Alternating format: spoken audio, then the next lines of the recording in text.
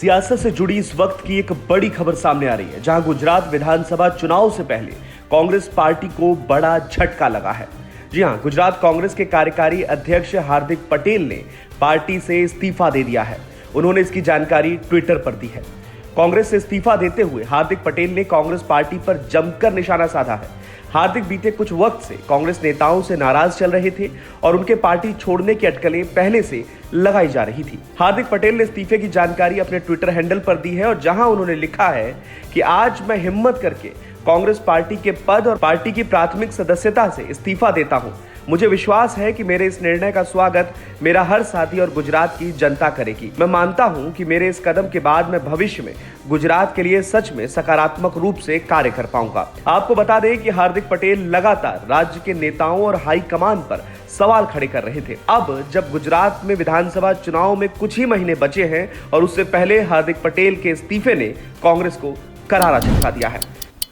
कांग्रेस के दिग्गज नेता पी चिदम्बरम के ठिकानों पर बीते दिन छापेमारी की गई। कार्ति चिदम्बरम से जुड़े मामले में सीबीआई की तरफ से ये कार्रवाई की गई थी। अब इसी मामले को लेकर एक बड़ी खबर सामने आ रही है।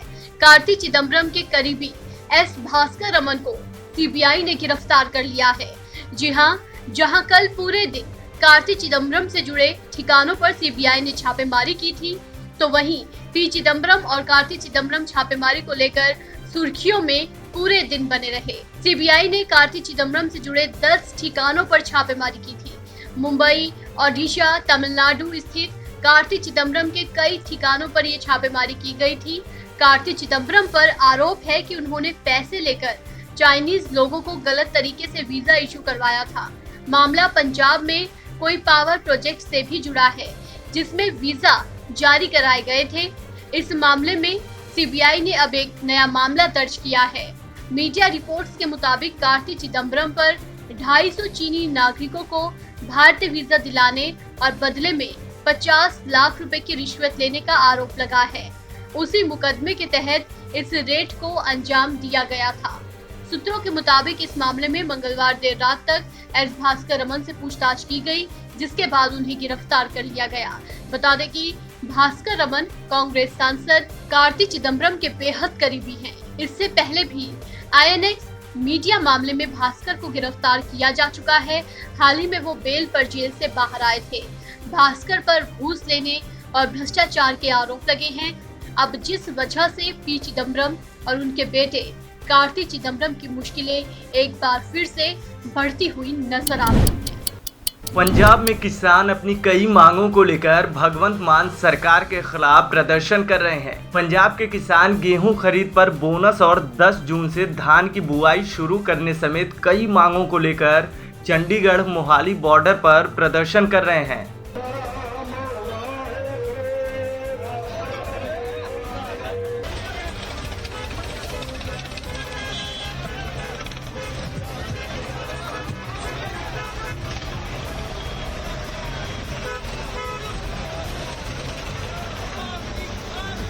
कई मांगों पर अड़े संयुक्त किसान मोर्चा के बैनर तले पंजाब के किसानों ने मोहाली चंडीगढ़ सीमा पर धरना प्रदर्शन शुरू कर दिया। किसान मोहाली के वाईपीएस चौक पर ट्रैक्टर ट्रालियों से रसद और लंगर का सारा सामान लेकर पहुंचने लगे। इसके साथ ही किसानों ने कहा कि अगर उनकी मांग नहीं मानी गई तो सीएम आवास की ओर भी किसान कूच करेंगे।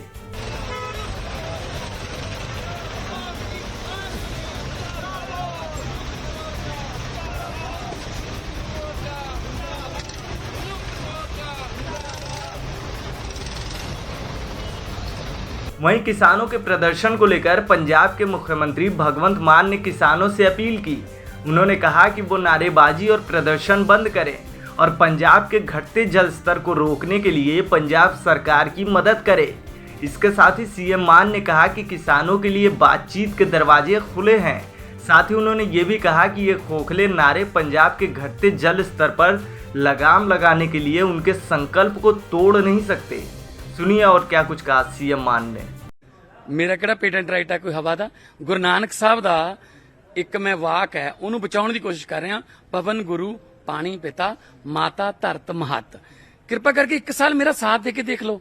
जे घाटा पै गया मैं सरकार च मैं सारे घाटे पूरे कर दूंगा।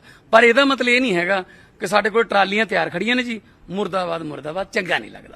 ਬਿਜਲੀ ਬੀਬੀਐਮਬੀ ਦਾ ਵੀ ਮਸਲਾ ਉਹ ਕਹਿ ਰਹੇ ਨੇ ਕੁਝ ਸਰ ਬੀਬੀਐਮਬੀ ਦਾ ਮੈਂ ਲਿਖ ਕੇ ਦਿੱਤਾ ਹੋਇਆ ਹੈ। ਮੈਂ ਲੋਕ ਸਭਾ 'ਚ ਕਿਸਾਨਾਂ ਦੇ ਹੱਕ 'ਚ ਸਭ ਤੋਂ ਵੱਧ ਬੋਲਦਾ ਰਿਹਾ। ਮੈਨੂੰ ਖੇਤੀ ਬਾਰੇ ਜਿੰਨਾ ਪਤਾ ਹੈ, ਮੈਂ ਮਿਰਚਾਂ ਦੀਆਂ ਓਲੀਆਂ ਤੋਂ ਲੈ ਕੇ ਮੈਂ ਪੀਟਰ ਇੰਜਨਾਂ ਦੇ ਸਲੈਂਸਰਾਂ ਦੇ ਮੂਹਰੇ ਮੱਛਰਦਾਨੀਆਂ ਲਾ ਕੇ ਸੌਂਦਾ ਰਿਹਾ। ਤੋ ਇੱਕ ਮਿੰਟ ਮੈਨੂੰ ਬੋਲ ਲੈਣ ਦਿਓ। ਸੋ ਮੈਨੂੰ ਸਾਰਾ ਪਤਾ ਹੈ ਕਿੱਥੇ ਘਾਟਾ ਪੈਂਦਾ, ਕਿੱਥੇ ਮਾਰੇ ਜਾਂਦੇ ਆ, ਕਿੱਥੇ ਠੱਗੀ ਵੱਜਦੀ ਹੈ। ਮੈਂ ਸਾਰਾ ਠੀਕ ਕਰੂੰਗਾ। ਇੱਕ ਵਾਰੀ ਮੇਰੇ ਕਹੇ ਤੇ ਮੰਨ ਕੇ ਤਾਂ ਦੇਖ ਲੈਣ। ਇਹਦਾ ਮਤਲਬ ਇਹ ਥੋੜੀ ਹੈ ਕਿ 2 ਮਹੀਨੇ ਹੋ ਗਏ यार मुर्दाबाद का नारा नहीं लाया, चलो चलिए फिर चंडीगढ़। एक गलत है। वहीं सीएम मान ने कहा कि मैं खुद किसान का बेटा हूं, मुझे पता है कि किसानों की समस्या क्या है, लेकिन हर बात का मतलब मुर्दाबाद थोड़ी होता है। एक बार मेरी भी बात मानकर किसान देखें। सो मैं खुद किसान का बेटा, सो मैनू पता है कि किमें हो सकता है। 18 जून ते 10 जून च की फर्क है। जो मैं कह रहा कि MSP मूंगी ते भी होगी, बासमती भी MSP ते चक्कांगे, ठीक है। भावें वो जिन्नी मर्जी सिल वाली लै आउण, जिहड़ा कहंदे ने कि अक्तूबर चाहे हो जाऊगा, नवंबर चाहे हो जाऊगा, असीं वो फसल चक्कण नूं तैयार हाँ, चाहे सानूं जो मर्जी हो जाए। पर कि एक बारी एफर्ट तो कर लो, एक बारी तजर्बा तो करके देख लीए धरती नूं बचाउण दा। तां हर गल दा मतलब मुर्दाबाद थोड़ी हुंदा।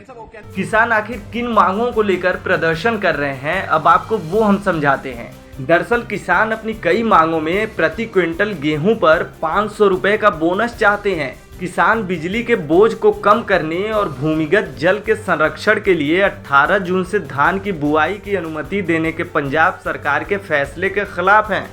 हालांकि प्रदर्शनकारी चाहते हैं कि सरकार उन्हें 10 जून से धान की बुआई की अनुमति दे। इसके साथ ही किसान स्मार्ट बिजली मीटर लगाने का भी विरोध कर रहे हैं।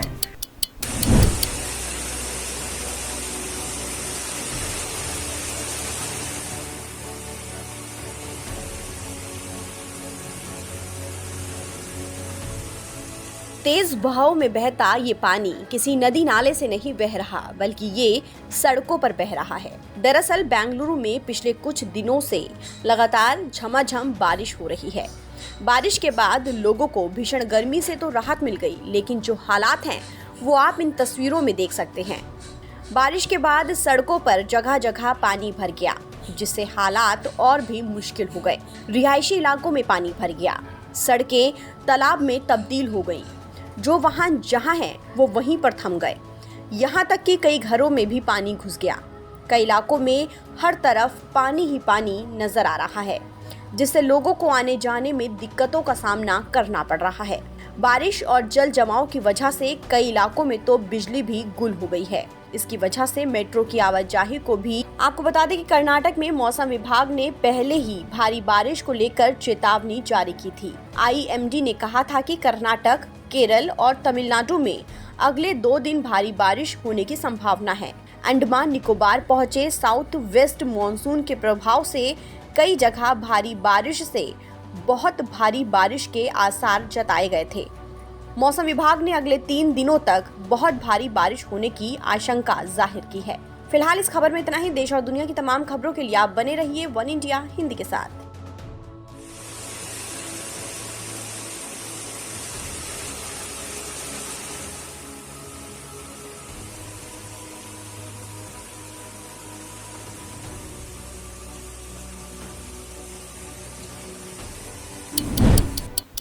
दुनिया भर में कोरोना महामारी से जंग अब भी जारी है।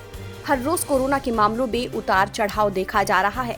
स्वास्थ्य मंत्रालय की रिपोर्ट के मुताबिक पिछले 24 घंटे में देश में कोरोना के 1829 नए मामले सामने आए हैं, जिसके साथ ही कोरोना वायरस के केसों में 16.5% बढ़ोतरी देखने को मिली है। 1829 नए मामले बढ़ने के साथ ही देश में अब कोरोना वायरस से संक्रमित हो चुके लोगों की कुल संख्या बढ़कर 4,31,27,199 हो गई है। वहीं इस दौरान 33 लोगों की मौत कोरोना वायरस से हुई है। कोविड-19 से मृत्यु दर 1.22% है। अभी तक देश में कोरोना से कुल 5,24,293 लोगों की मौत हो चुकी है। पिछले 24 घंटे में 2,549 लोग इस वायरस से ठीक हुए हैं। देश में कुल 4,25,87,259 लोग कोरोना संक्रमण से मुक्त हो चुके हैं। इस बीच अच्छी बात यह है कि कोरोना के एक्टिव मामले तेजी से घट रहे हैं। इस दौरान कोरोना के एक्टिव केसों की संख्या 15,647 है। कोरोना की वैक्सीन भी तेजी के साथ लगाई जा रही है। स्वास्थ्य मंत्रालय की रिपोर्ट के मुताबिक पिछले 24 घंटे में 14,97,695 लोगों को कोरोना वैक्सीन लगाई गई है। वहीं अब तक कुल 191 करोड़ 65 लाख से ज्यादा लोगों को वैक्सीन की डोज लगाई जा चुकी है। वहीं कोरोना के सबसे ज्यादा केस दिल्ली से सामने आ रहे हैं। देश की राजधानी दिल्ली में मंगलवार को कोविड-19 के 393 नए मामले सामने आए और संक्रमण से 2 और लोगों की मौत हो गई। वहीं स्वास्थ्य विभाग की ओर से शेयर किए गए आंकड़ों के मुताबिक संक्रमण दर 3.35% रही। नए मामलों के साथ राष्ट्रीय राजधानी में कुल संक्रमितों की संख्या बढ़कर 19,01,128 हो गई, जबकि मृतकों की संख्या बढ़कर 26,198 हो गई।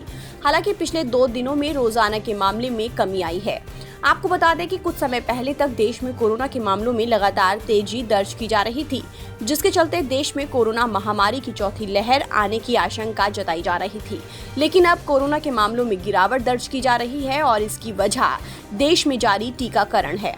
इस वक्त देश में 12 साल से कम उम्र के बच्चों को छोड़कर बाकी सभी उम्र के लोगों को कोरोना वैक्सीन की दोनों खुराक देने का काम बड़ी तेजी से चल रहा है। वहीं देश भर में कोरोना वैक्सीन की बूस्टर डोज लेने वालों की संख्या भी लगातार बढ़ रही है। लेकिन कोरोना से सामने आने वाले मौत के आंकड़े अब भी डरा रहे हैं। फिलहाल इस खबर में इतना ही। देश और दुनिया की तमाम खबरों के लिए आप बने रहिए वन इंडिया हिंदी के साथ।